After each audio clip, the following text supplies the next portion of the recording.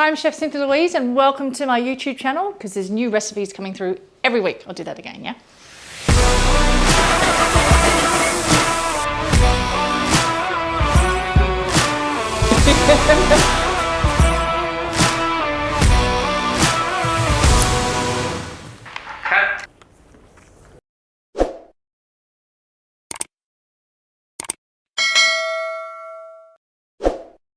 The tips and the tricks to make the perfect soba noodle salad without having gooey noodles and having the perfect texture. Oh my God, this is the best salad I've made in such a long time.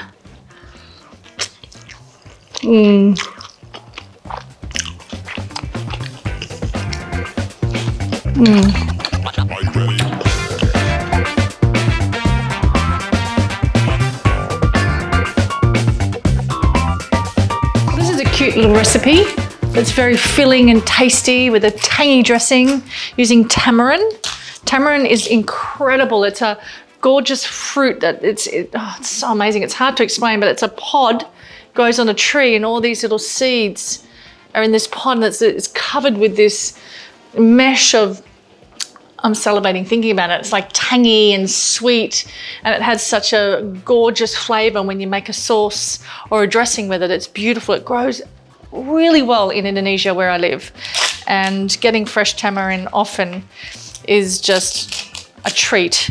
So this whole situation is one of my favorite dishes actually. I created it the other day and I haven't stopped eating it. We've had it about 4 times this week. That's how good it is. I'm using kale. I'm not a fan of kale blended in a smoothie.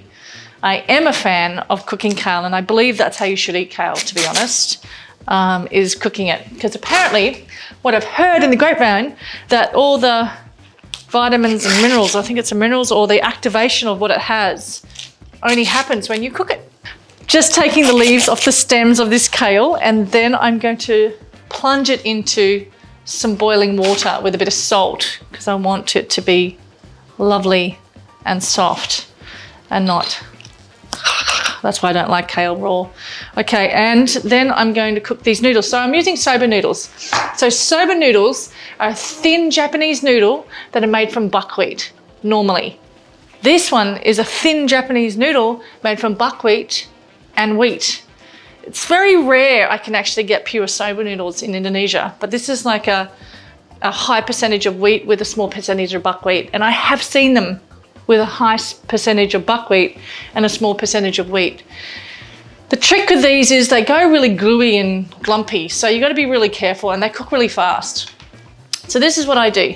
I have rapid boiling water here to my right. I'm going to dump my soba noodles into the water. And then I'm going to make sure, right, I have ice water on standby to dump them into here after they're cooked. What's really important about this is I don't want to overcook them. So if the packet says 3 minutes, cook them for 2, because they're not going to take long, okay, at all. At the same time, I'm going to get all that kale. I haven't cut it up, right? I'm going to dump it into this pot of boiling water. I'm going to add a little bit of salt to this water. I love it when it does that, and the salt makes it boil faster, and a little bit of pepper. Going to dump that in, give that a stir.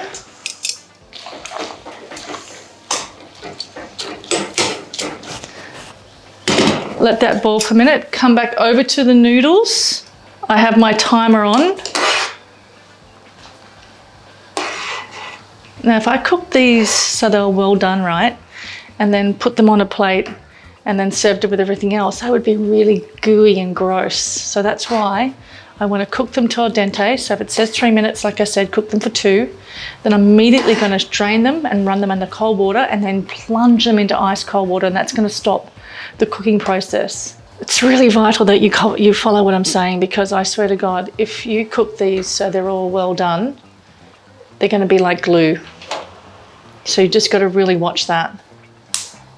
So we absolutely want them, you know, really on the al dente side.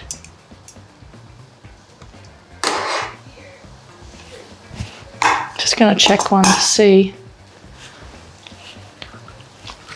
Oh, not yet. It's been about a minute.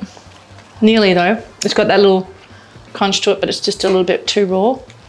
This is going to take a few minutes to get tender. And how you know it's tender is you grab a piece out and you check.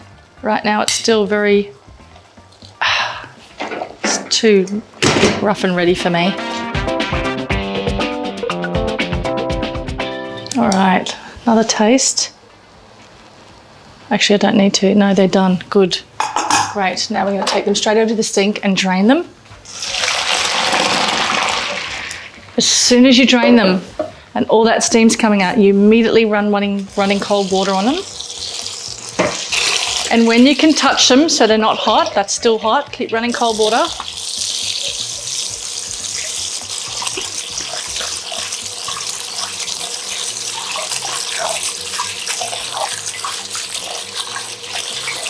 So now I can touch them, right? So perfect. Get all that water out and straight plunging into the ice water. So as I touch these, they're starting to feel a little bit sticky and I can feel that sliminess of the buckwheat. That's why the tip of the day is to plunge them into the ice water, give them a stir, and stop that cooking process immediately. This is super cold, by the way. Let them sit in there for at least a minute.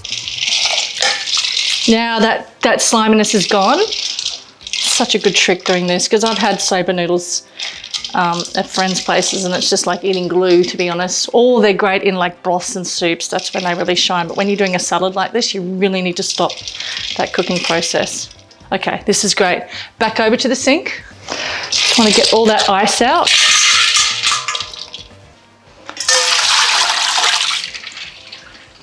Just really kind of stop that cooking process immediately. All right.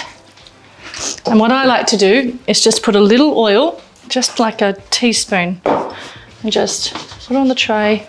That bit's on my hands. I'm going to pick the noodles up and I'm just going to gently place them on the tray.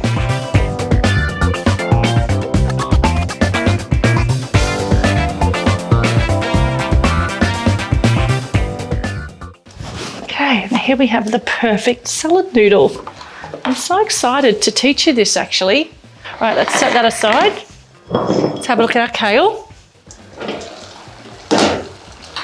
It's been cooking for a good couple of minutes. Happy about that. Okay, back over to the sink. Same process, cool it down under cold water. Then wring it out. Bring it back over to your chopping board and you're just going to slice it thinly.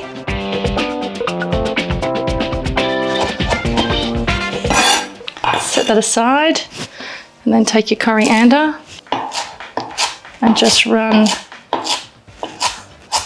your knife through it. And you're going to take these beautiful spring onions. I like to have some of the white and some of the green, so I'm going to start with the white. Just thinly sliced.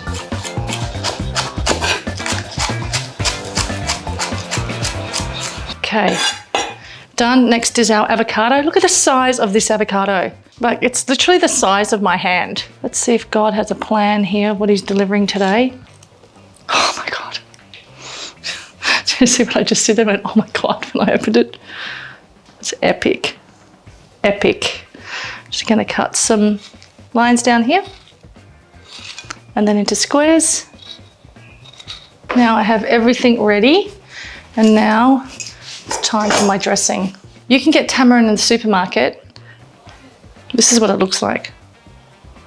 And sometimes you get pieces like this in there. Don't worry about it, it's just all part of nature. Olive oil, some beautiful toasted sesame seed oil, some maple. Nicely fine grated microplane. See how it comes out really fine, the ginger?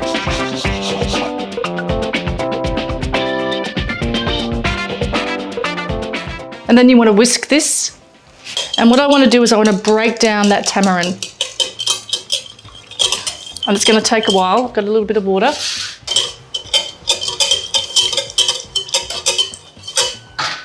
And what we're after for this tamarind to completely break down.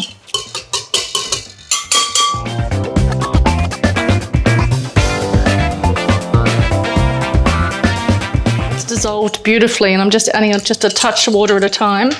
Now this is the time to taste it, okay? Oh my God, it's so gorgeous. About ½ a teaspoon of tamari, and this will bring that saltiness.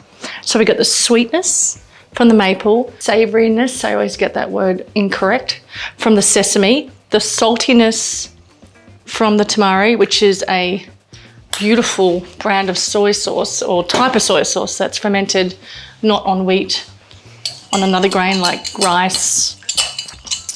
And now I'm going to taste it again. Oh my God, that's so delicious. And I want to add a little bit of chili flakes in there because that's what I want. You don't have to, so it's just a sprinkle.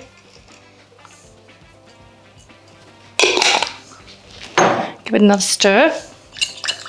Now this is when you can adjust it. If you want a little bit more sweetener, add a little bit more sweetener.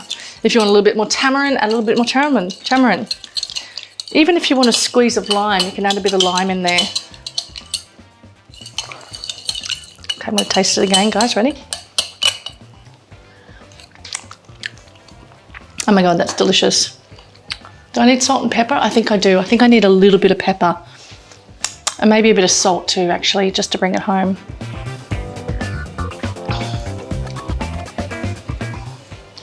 Okay. Oh my gosh. First thing I'm going to do is take my noodles. So this is just a serving for one, right? Oh my God, that's a lot of noodles.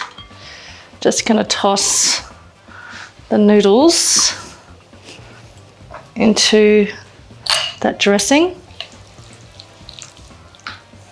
Okay, so they're kind of like drenched in a little bit of that dressing. And I'm going to add my bits. Actually, this is 2 servings, to be honest. And some avocado. Oh, that's a soft avocado. And now I just want to mix this through.